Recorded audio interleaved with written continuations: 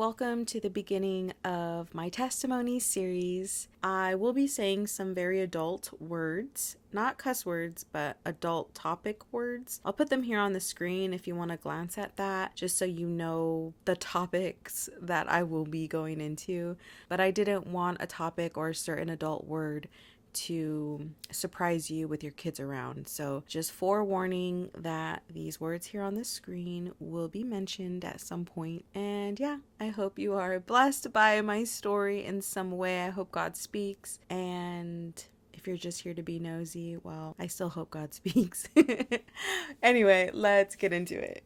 I know my testimony won't resonate with everybody who watches this. At some point, some of y'all might drop off, and that's okay. I believe that those that are meant to receive something from my story, you will watch, and that's whom this video is made for. When preparing for this video, I wanted to figure out how to make it practical. I thought it would be a good idea to separate by age because I remember different phases of my life, not so much year by year, but like chunks of a couple years. So I'll group some of the ages together. But I also wanted to include the pros and cons from that particular season in life. I would say the most difficult part of growing and maturing and developing, like that whole beginning aspect of learning and maturing. Each phase of life had both good and bad. Looking back, I can remember like the breadcrumbs God left in my life that would later develop me into the person I am today. It helped, how do I say it? It's like after the fact, it makes sense why I was interested in certain things or helped me choose what I wanted to do in my life. I guess you can say my life's purpose. And it's only in hindsight that you can see how those breadcrumbs make sense. I don't know your age. I mean, I hope to eventually develop like a community where I will know your age and I will know you by name. But until then, I don't know what phase of life you are in. Although sometimes life can seem very bleak or very dark, like what the heck is going on, or what does this even mean? There's a lot of those questions. My hope is mentioning the positives and mentioning what I consider breadcrumbs. I'm hoping that it'll give you insight or maybe a shift in perspective to consider some of the things that are going on in your life, good and bad, and have the perspective of, I may not know what this means, I may not know why this particular thing is happening, but holding on to a hope that it will make sense later on. Yeah, just to try to give you a different perspective on something you might be going through. So, okay.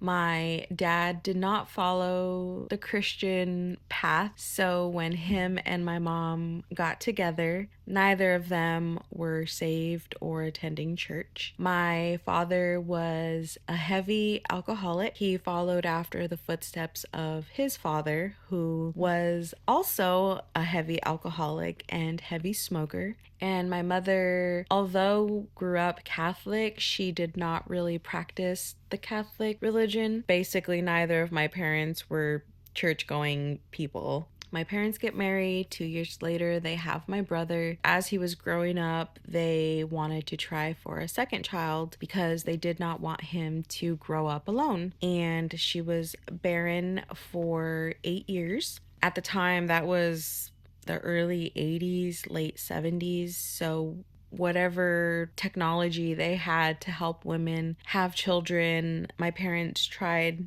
everything but couldn't have kids. My parents are still not Christians, or they don't go to church, Catholic or Christian, still at this point. But my uncle, my mom's brother, was a Christian at the time. He invited my mom to a revival, which, if you don't really attend church, it's usually like church on steroids.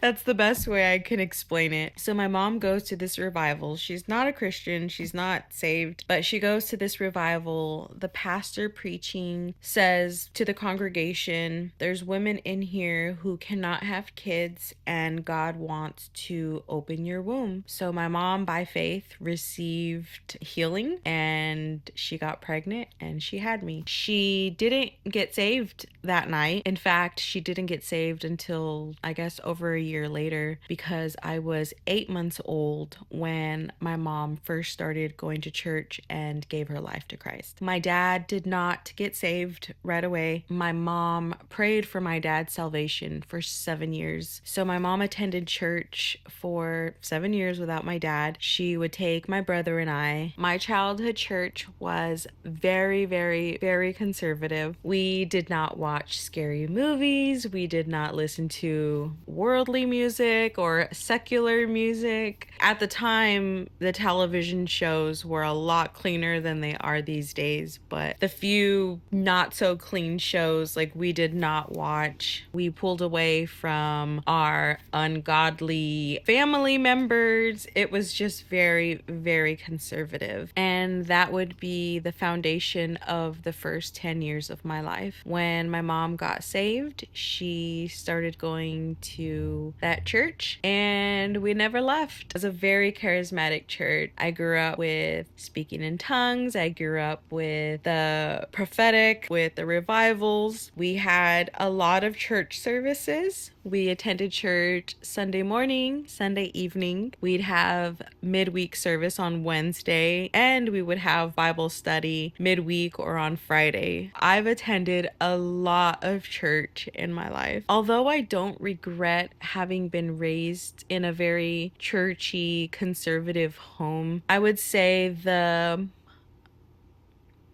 pros, I'll start with the good. The pros were I had very, very strong morals. Their belief in missions was very strong. So I was able to meet all types of nationalities from India, from Japan, from Russia. Being able to have these different nationalities come through our home or through church, it just created this openness for other cultures. And that's one of my favorite things about how I was raised. The cons are, since it was so conservative, it created a lot of shame because what was right and wrong was very definitive. The world we live in now, there's a lot of gray. I did not grow up with a lot of gray. It was either right or it was wrong. There was no gray, there was no middle. I developed a lot of shame because my mind, my body, my desires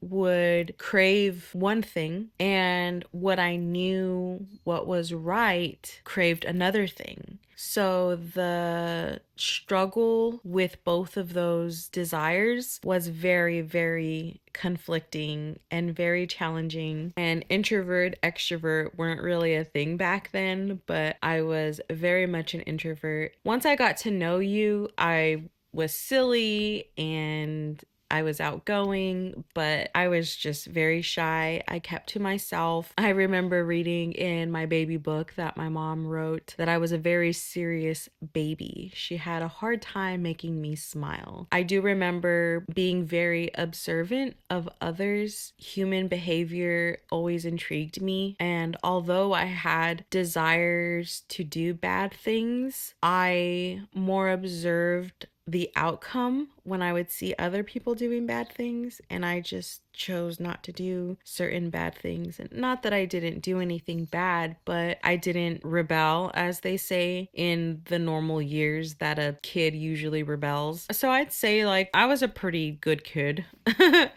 But the one thing about my personality, my mom calls it strong-willed, but that's a kind way of saying stubborn. I'm very much a I want to figure it out myself kind of person. I don't need help. I don't mind learning the hard way. I like doing things myself in the wrong context. That's not always a good thing.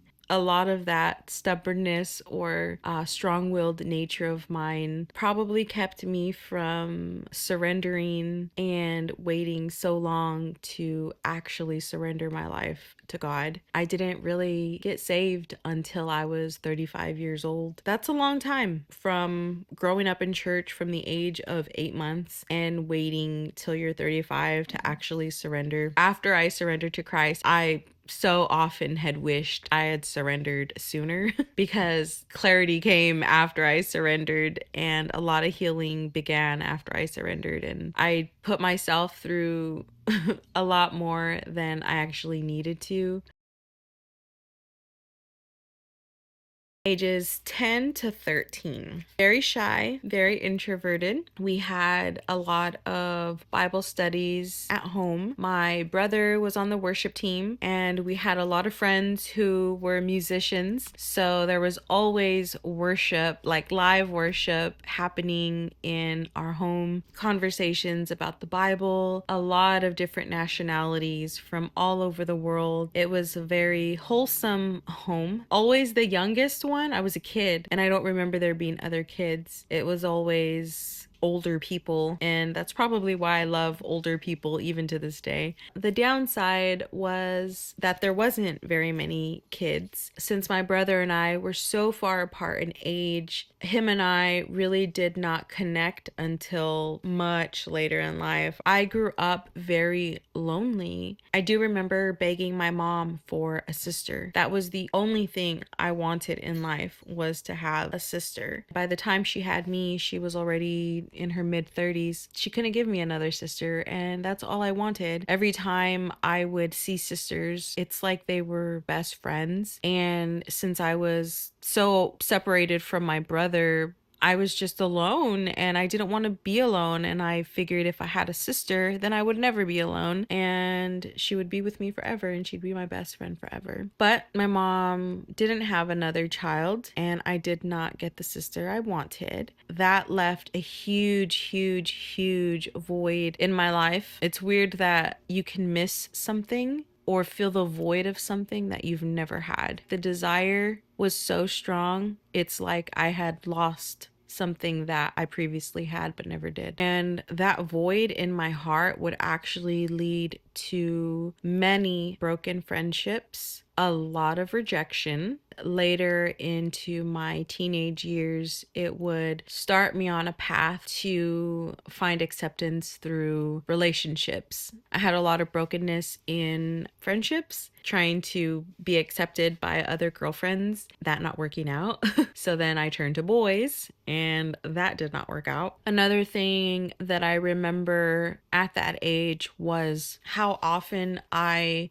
was called spoiled. It started in my home by my brother, that I was spoiled. Many people whom we went to church with just saw me as spoiled. I'm not too sure why. I don't think I was a bratty kid where I would throw tantrums like a typical spoiled kid would be, but for whatever reason, I was labeled with being spoiled from a very, very, very, very young age. And it might be because usually the a dynamic between an older brother and a little sister, it's usually just, it just comes with the territory. When you're a little sister, the second kid usually has it slightly easier than the first kid, and it makes sense because a parent is figuring out how to be a parent and they probably make a lot more mistakes with the first kid than they do the second kid. So it's understandable. That label of being spoiled would be probably one of the biggest, I don't want to say insecurities, but one of my biggest challenges that I would face much later in life, more into my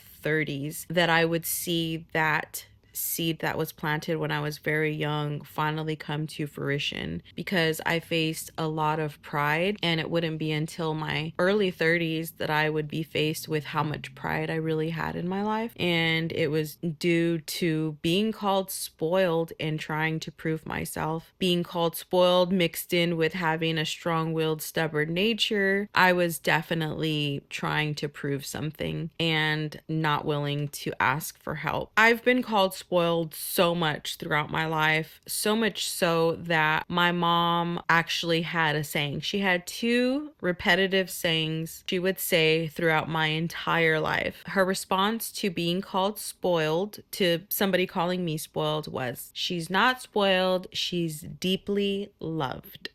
I heard my mom say that so many times, you have no idea. The other statement that she would say, and bless her heart, she's being the best mom, just defending me. So I'm very stort.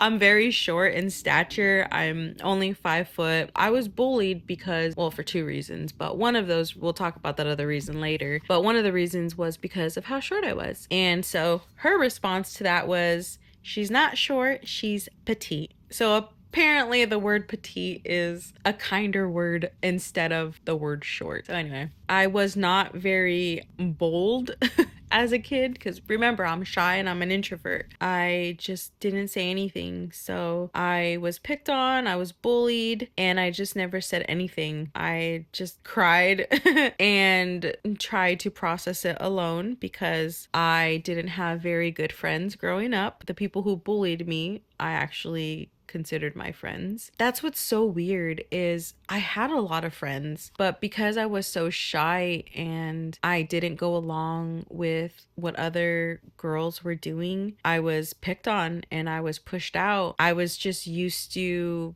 girlfriends coming and going. I just learned how to let friends go and do things alone. So I enjoyed it for the time it was, and then they'd be gone. So the positives between the ages of 10 and 13 was my nephew, my brother and his now wife, at the time girlfriend. They started having kids at a very young age. They were 17. Since I didn't grow up with a sibling that I can be close to, when my brother had their first son, it was like I finally got the little sibling that I wanted. It wasn't a sister, but that didn't matter to me. I felt like in some way, even if it didn't work out the way I wanted it to work out, I ended up with a little sibling. So my first nephew was probably my first gift that I consider from God, like one of my biggest heart's desires fulfilled. Him and I were very, very close, even though we are 10 years apart. I've always had a very childlike nature, so I didn't feel 10 years older than him. I just felt very close and very connected to him. And even to this day, we're still 10 years apart, and him and I can still connect and carry on conversations like if we're the same age. It's really cool. But the other positives about life itself was the church, worship, Bible studies, my love for missions, and that started at a very young age.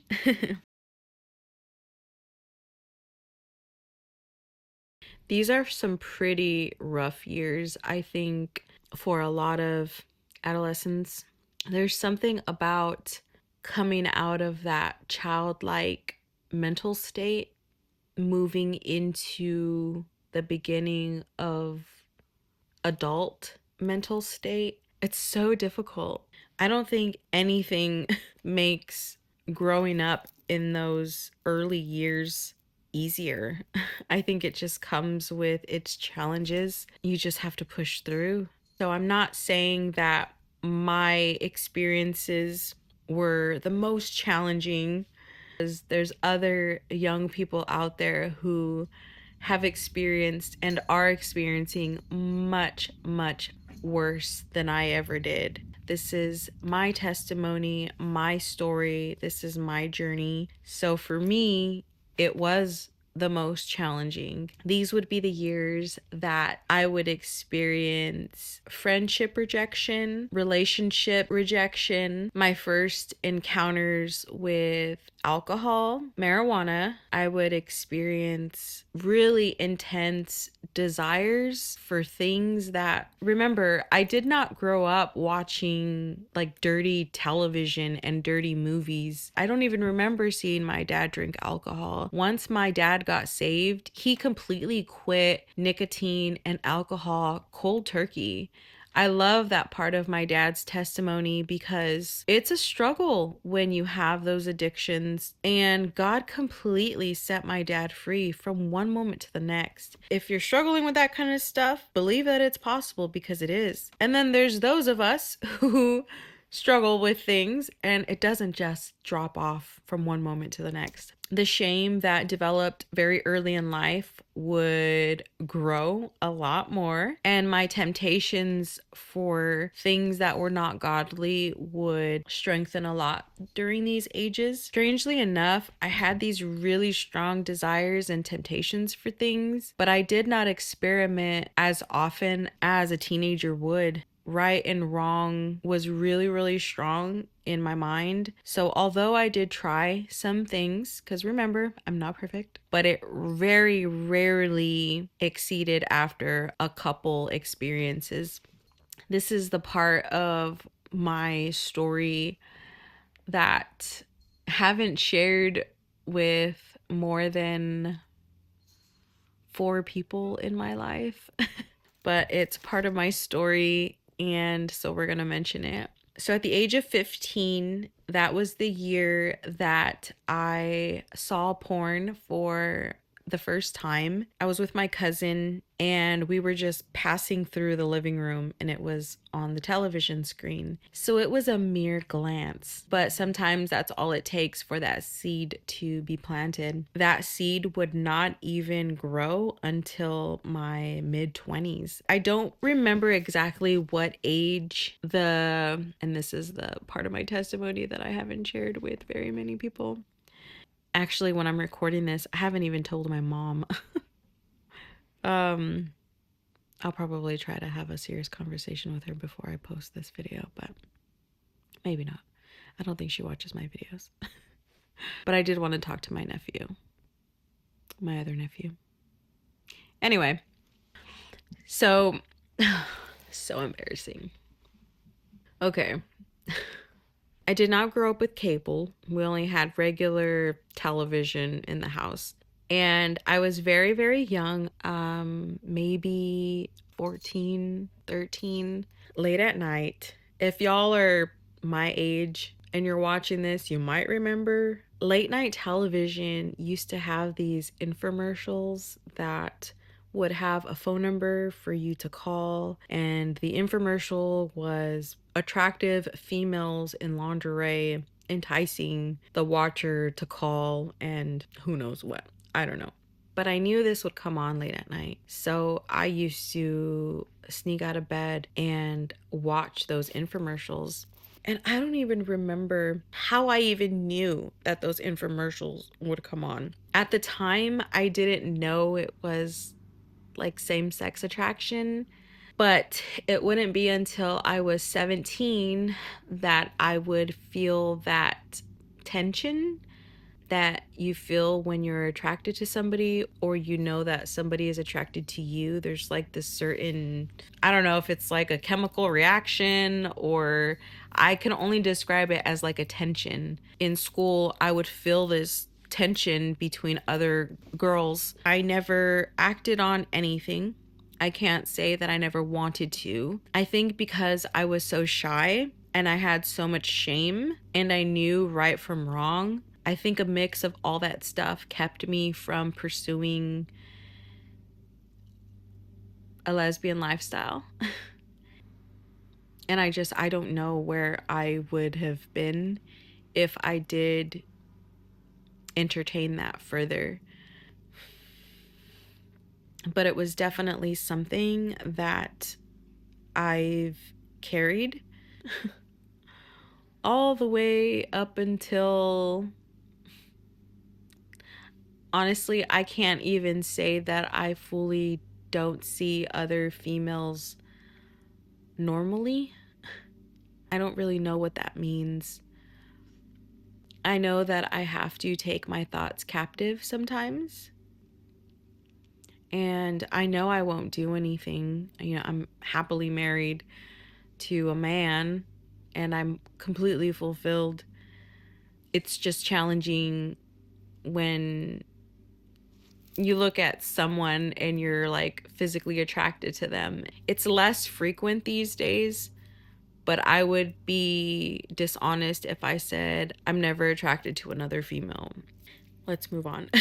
It would be the age 15 as well that I would taste alcohol for the first time, and it was absolutely disgusting to me. Age 17 was the first time that I got completely wasted. It was a safe environment because that was another thing that I remember having this weird awareness when I was a teenager. I never really trusted friends or other people. I always felt like I had to have some degree of control, and if I was on a substance of whatever, I would lose control and then something bad would happen to me. It was the whole disgusting experience, you know, the throwing up and all that stuff. And I would not touch alcohol after that experience for another 10 years. But here's the weird thing. Although I never touched it for another decade, I had such a strong desire for it. It's so hard to explain that the taste of it was disgusting. It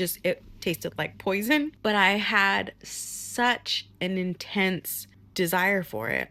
For a decade, I did not touch it, but I wanted it all the time. I just had this really strong, again, probably part of that strong-willed, stubborn nature. I guess when the context is in a healthy way, that can help out, because I think that helped me to say no to it for as long as I did. And at age 17, there was a lot of drama with girlfriends and high school. I would lose my virginity at 17. I would run away for the first time. By age 16, somebody had already broken my heart 2 times. I broke somebody's heart. Just all the teenage drama. At 17, I met a guy. Him and I would go on to date for a couple years. And the year after we graduated, we would get married. And that would be my first husband. And that takes us into the next phase of life.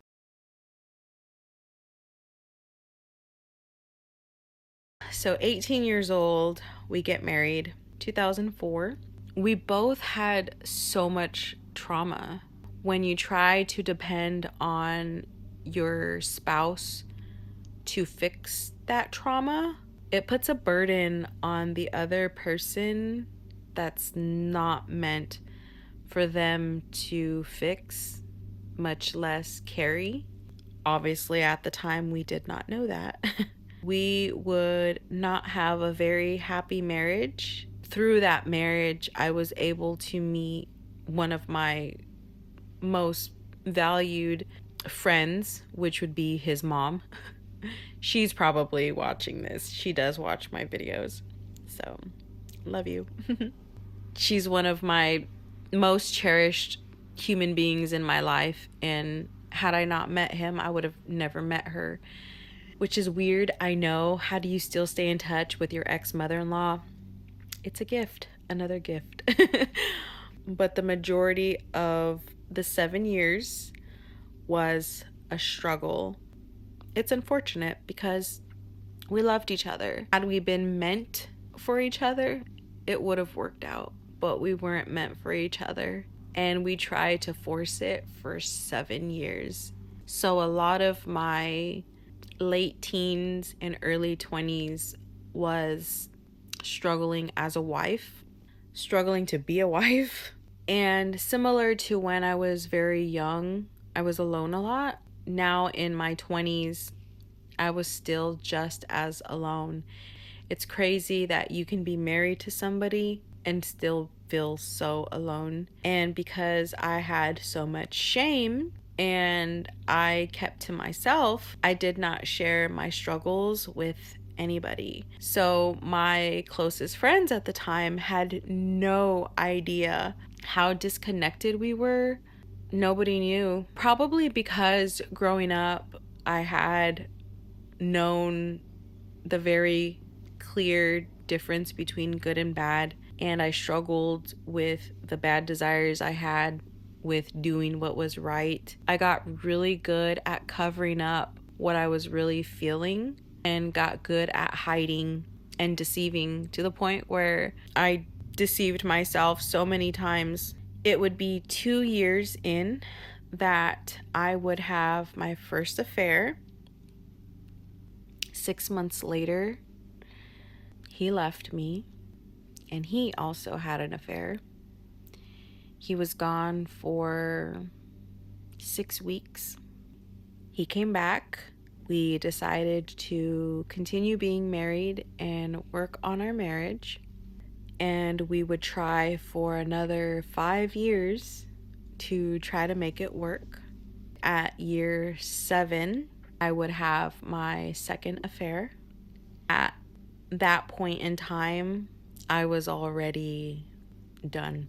I had completely given up on the marriage. I knew at that point it was never going to work out. I filed for divorce, and the divorce would be finalized in 6 months. At 25, when I had the affair, got the divorce, that would be the age that not only did I give up on the marriage and any sense of hope for that working out, I completely gave up on God. I started to doubt my religion that I grew up in. I went on a spiritual questioning. I just doubted if God even existed. I would look up and consider other possible religions. There was just a lot of questions. I even lost my sight of black and white and what's right and wrong. I completely gave myself up over to a lot of sexual immorality, a lot of weed, a lot of alcohol, a lot of porn. Again, I never entertained same-sex relationships, but I watched it. My relationships with my friends and family were completely broken. I fell out of relationship with my parents. Everyone that I knew and loved, like in church, were completely gone. I distanced myself from everybody. My closest friends at the time were so heartbroken that I never talked to them about what I was going through. And since we were all friends and I was the one who had the affair, I was rejected, which is understandable. I was semi-homeless. 1 month I would stay with one friend. The next month I would stay with another friend. If I didn't get home in time, I'd sleep in my car. The only things that I had materially was what fit in my car and a storage unit. And what's so weird through all of that, I still went to church. I was the biggest hypocrite. Like, I was doing all the things, nearly all the things, and I still went to church. I loved church. I questioned a lot. I had a phase where I didn't believe in God, but for some reason, there was something so comforting about being in church, so I always went to church. I didn't go to my childhood church anymore. I would bounce around from place to place depending on where I lived. I would say that that was the one positive through everything. There's two positives. Although I had grown up with that very distinct line between good and bad, and I, at the time, living in that gray, something in me always knew. I always knew two things. I always knew that I was born for a reason. And the other thing I always knew was that eventually it would click. Like the God thing. I knew if I stopped going to church, almost like I would be too far gone and I wouldn't be able to come back. And of course, that's not true. I could always come back.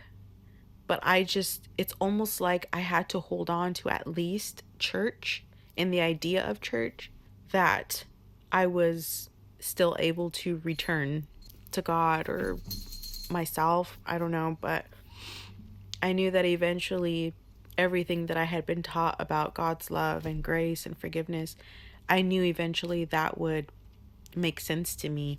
Weird that you can give up on God, but not church. I don't understand, but that was my thought process. I would say the other gift that God gave me, despite everything I had done that was bad, despite how many hearts I broke during that season of my life, God's grace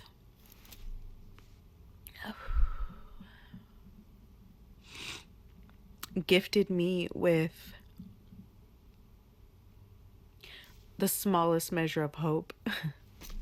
I turned my back on everybody, and almost everybody, including my parents, from their hurt and pain. It's understandable. Turn their backs like on me, except one person.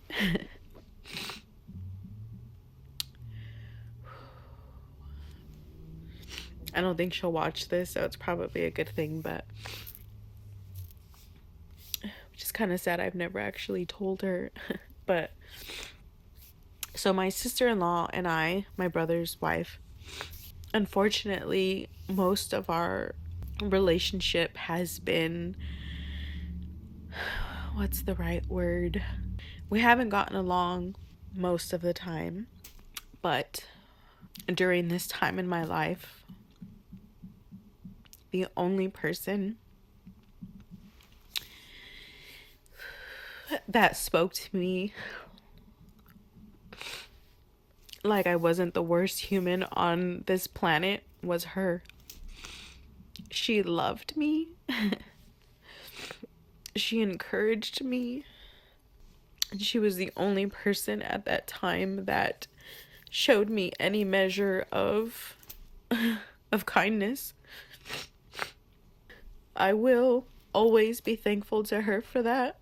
Even if we would go on for other years of not getting along, at least in that moment that I needed that from somebody, I will always be thankful that she had such a soft heart and so much compassion for me. But yeah. If you don't have that person, pray and ask for God to give you somebody. And if you've been in too dark of a mental state to see it, I hope that even for a moment, you'll be able to peek out of your darkness and see even just a glimmer of hope to keep you holding on and pushing through. It would be in the years between 18 years old and 25 that I would have my first struggles with suicide. I was so lost and broken in that first marriage that 2 times I didn't know any other way out.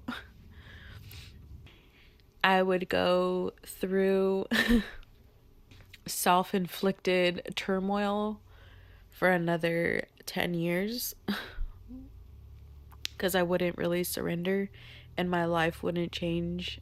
I guess the only positive was that I still kept going to church, and that seed of the self-help books was planted. Beyond that, I don't know anything else that was positive. So let's go on to the next one, and I'm gonna try to catch my breath.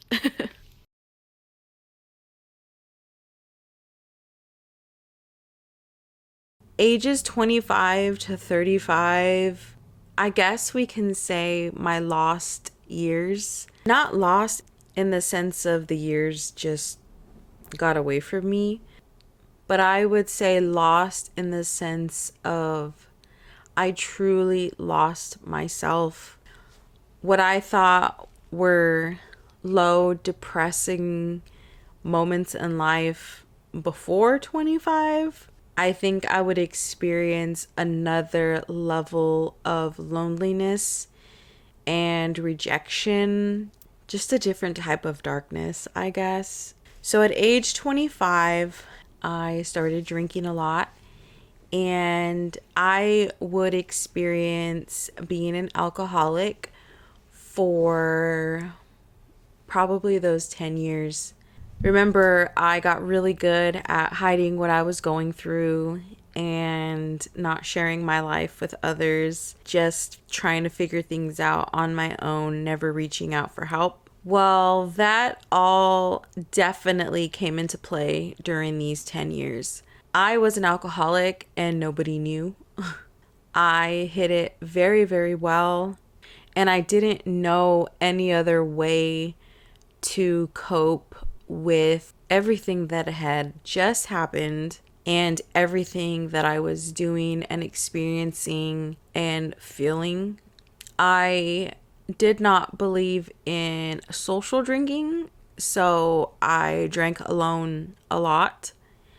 There were many times at work during lunch, there was a bar right down the street, and I knew exactly how much to drink to get me just to that point to be able to function the rest of my day.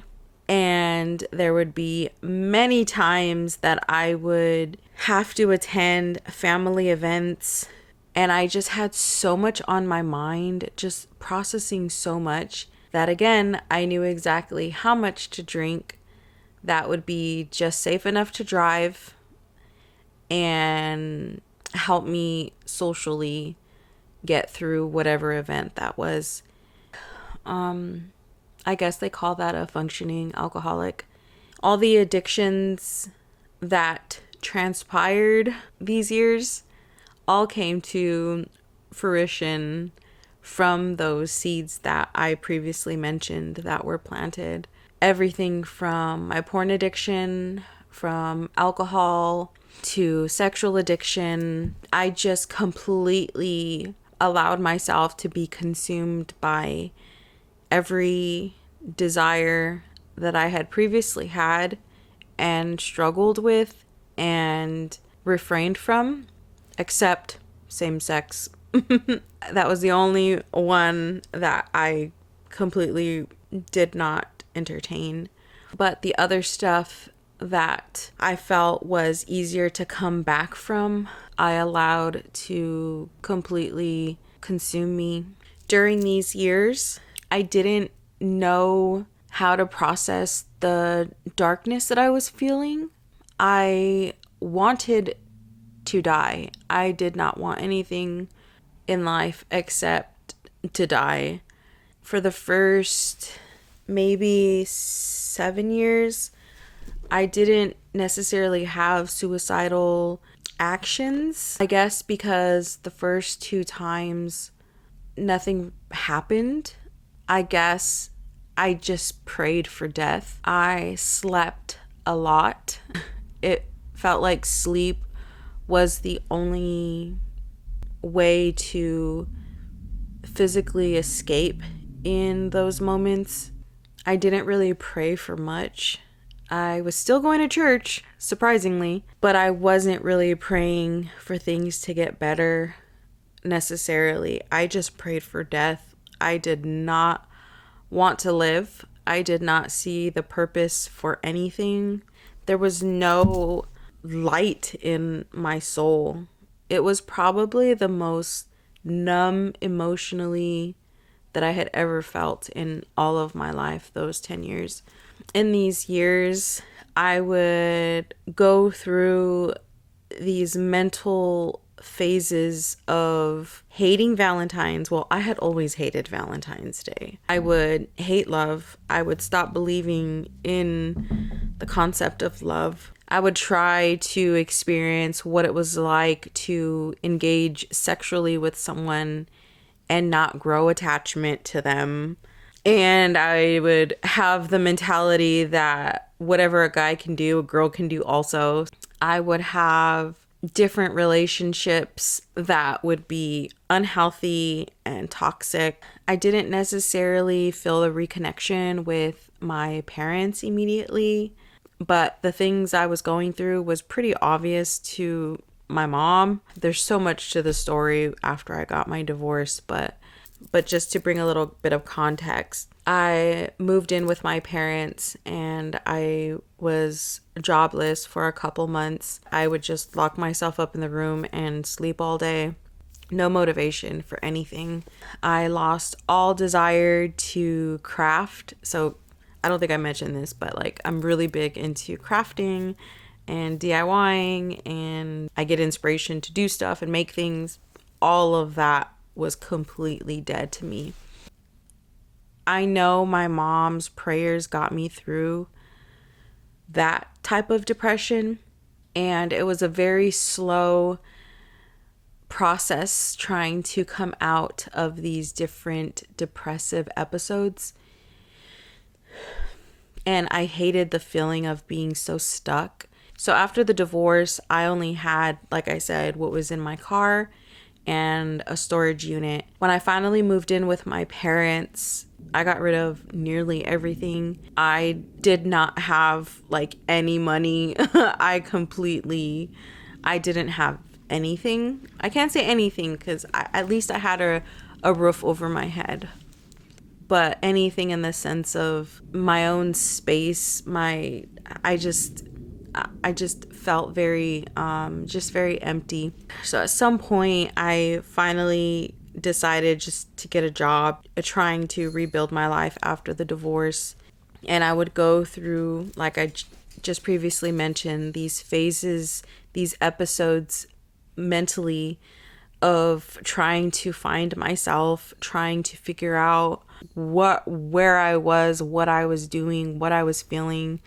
Again, trying to do all of it alone. Even back in, what was this, around 2012 or so, even back then, going to therapy was not as popular as it is now.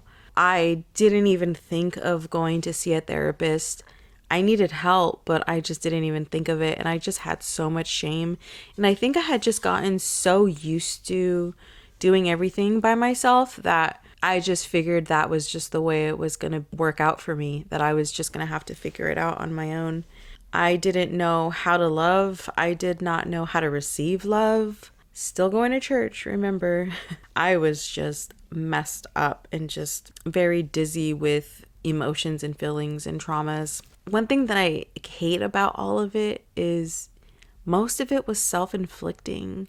I had to forgive myself for that later after I got saved. Forgive myself for kind of putting myself in situations that I shouldn't have put myself in, or for making decisions that I knew were not good. I had no friends because the friends that I had previously had when I was previously married were completely gone. When I moved in with my parents, it was in a completely different state. So I live in a completely different area, going to a completely new church, my parents' church, and I just didn't know anybody. And I just did not have the social capacity to meet anybody. So when I was working, I guess you can say those were like the most social encounters that I'd have. It would be at work that I would meet these guys and do bad things with. And I would meet a particular individual guy in 2014. That 6-year-long toxic relationship that I would experience suicidal ideation for the third time. By that point in society, seeing a therapist was a lot more encouraged, but the guy that I was with discouraged it, so I never did get the professional help that I needed. I knew I needed professional help so bad.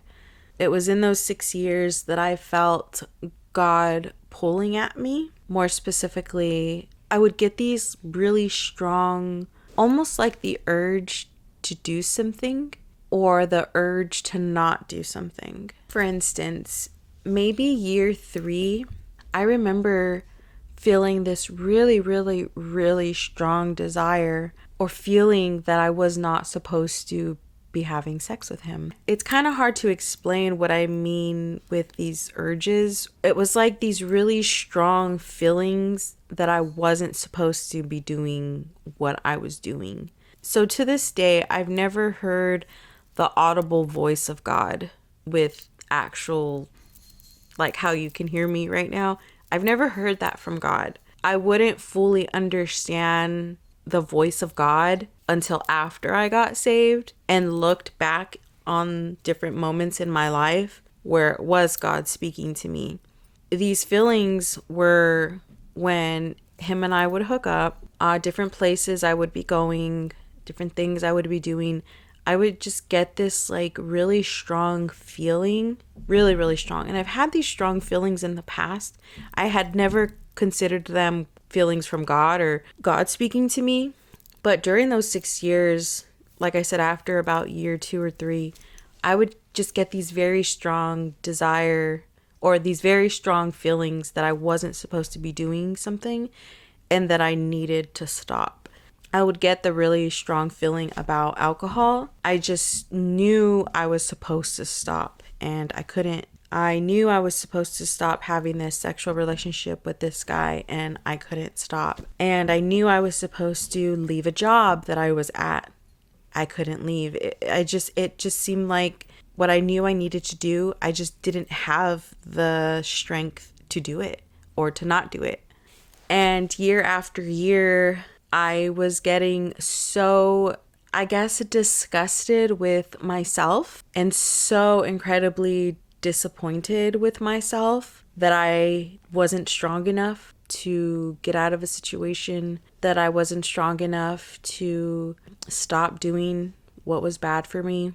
I just never felt strong enough or good enough for anything better. I was just so very disgusted with myself. I don't really know another word to use but that. I was just beyond disappointment when I looked in the mirror. I struggled looking at myself in the mirror. It honestly wasn't up until recently that I can actually look at myself and see something positive or say something positive to myself. I hated looking in the mirror. I just hated the thought of myself, the look of myself. I did not take videos or pictures of myself. I could not stand the sight of myself. I tried to get out of that relationship multiple times, but again, I just didn't have the strength to leave. And it led me to one particular night in my life that I was in my truck. It was nighttime, and I was just so lost, and I didn't know the only way out was death. I just remember like sitting in my driveway in my truck, crying my eyes out. I never turned the truck off because if I turned the truck off, that means I'd be coming in the house. And at this point, I lived on my own. I had actually here in this house, I had already bought my house. And I did not want to come in the house. I wanted to die. Like, I wanted to get out of this world. I did not want to exist anymore. And I was just contemplating, like, how do I exit? How do I leave? So there's this bridge nearby. And that was the only thing I thought of, was just drive off the bridge and just drown. Like, just be gone. I don't know. I guess something... it's Holy Spirit, obviously, but in that moment, it was almost, again, never heard the audible voice of God, but it was just very specific words: turn off the truck. And although I did not have the strength to do it, somehow I did it, and I turned off the truck. And then the next instructions were go in the house. And again, some crazy strength.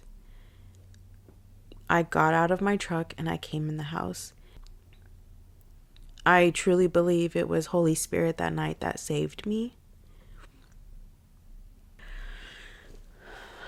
That was not my intention that night.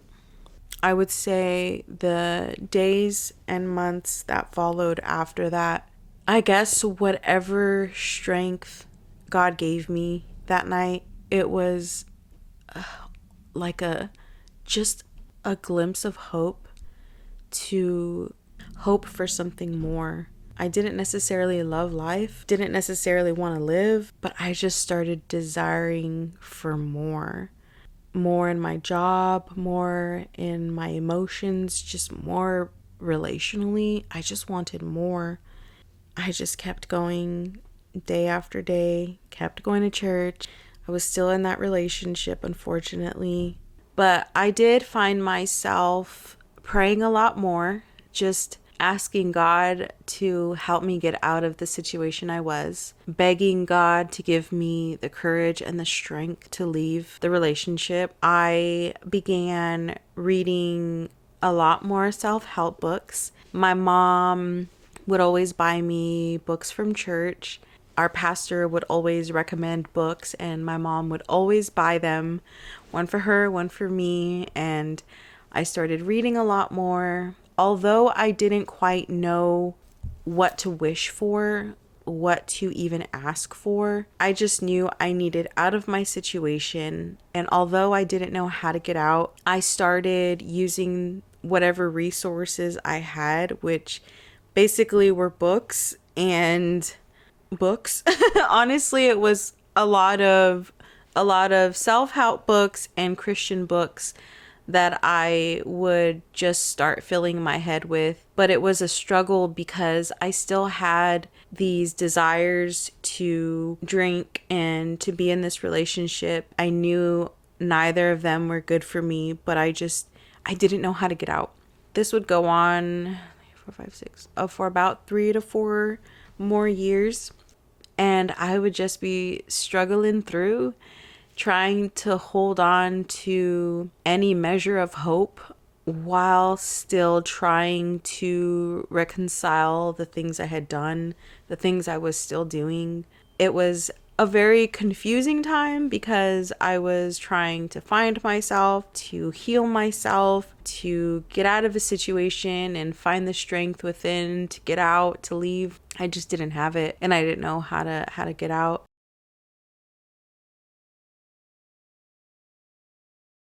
So in these final years before I surrendered to Christ, I'd say a pivotal moment was when I got fired. So the guy that I was involved with, we met at a particular company. The first week I was there, I had this very strong desire that I was supposed to leave, didn't leave, stayed at the job for 4 years. So at year 4, they fired me for reasons that made no sense whatsoever. But it's not until after that I realized it was a God thing. That created separation between me and that guy because I no longer saw him every day. It was no longer convenient to see each other daily. So the separation began September of 2017. We broke up in November. I was drinking a lot, but I really increased the social drinking in those months after getting fired and breaking up with him. In November, when we broke up, I was hanging out with some friends at a new job that I was at. One of the girls had shared a relationship preaching series from Transformation Church from Pastor Mike Todd. That was the first time I had seen the series Relationship Goals. And there was something about that series that just really gave me this new perspective on what I wanted in a guy. That would be the pivotal seed that was planted in my life for my new prayers for my future relationship. You would think that after watching such a series that something would click and change would happen. But unfortunately, I am stubborn and strong-willed. So it would take another 2 years before I actually experienced change in my relationship. December of 2017, after having been broken up for a month and a half, I would get completely wasted Christmas evening. I remember coming home from my parents that night. At this point in time, my parents lived north, I lived going west, and my brother and his wife, my nieces and nephews lived east. It was another one of those moments where I just had this really strong desire not to go home. I knew I was not supposed to come home. It's almost like I knew what was going to happen if I came home that night. I knew I had a bottle of Crown here in the house. I knew I was going to drink myself into a stupor and just lose my mind. And it's like I knew that was going to happen, and I didn't want it to happen. It's almost like the emotional part of me wanted to feel nothing, and I wanted to use alcohol to feel nothing. But there was this other part of me, like this part of me that was still hoping for something more. I wanted to let it out. I had been processing so many things for so long. I did not want to handle it alone. I needed help. I just wanted to be in the embrace of somebody who loved me, that would not judge me and would just, I don't know, hold me and love me and breathe hope into me. In that moment when I was driving, about to make a decision whether to come home or to go to my brother's, because at the time my nieces lived with my brother. I don't know, I've never told them this, and I don't think they watch my videos, but it was late at night. I just wanted to go to their house and climb into bed with them and just cry and just let them hug me and love me. But because I'm strong-willed, I came home and did exactly what I thought I was going to do. I ended up texting my ex that night, one of those drunk texts that you should never send, and we would start dating again for another 2 years. But the last 2 years of our relationship were different. There was definitely a change in me. It was a very slow separation. Things were different. Things were off. My spiritual life started changing. I started reading my Bible more, trying to understand it. Still going to church, of course, just trying my best to hold on and to hope for something that I didn't know what to hope for.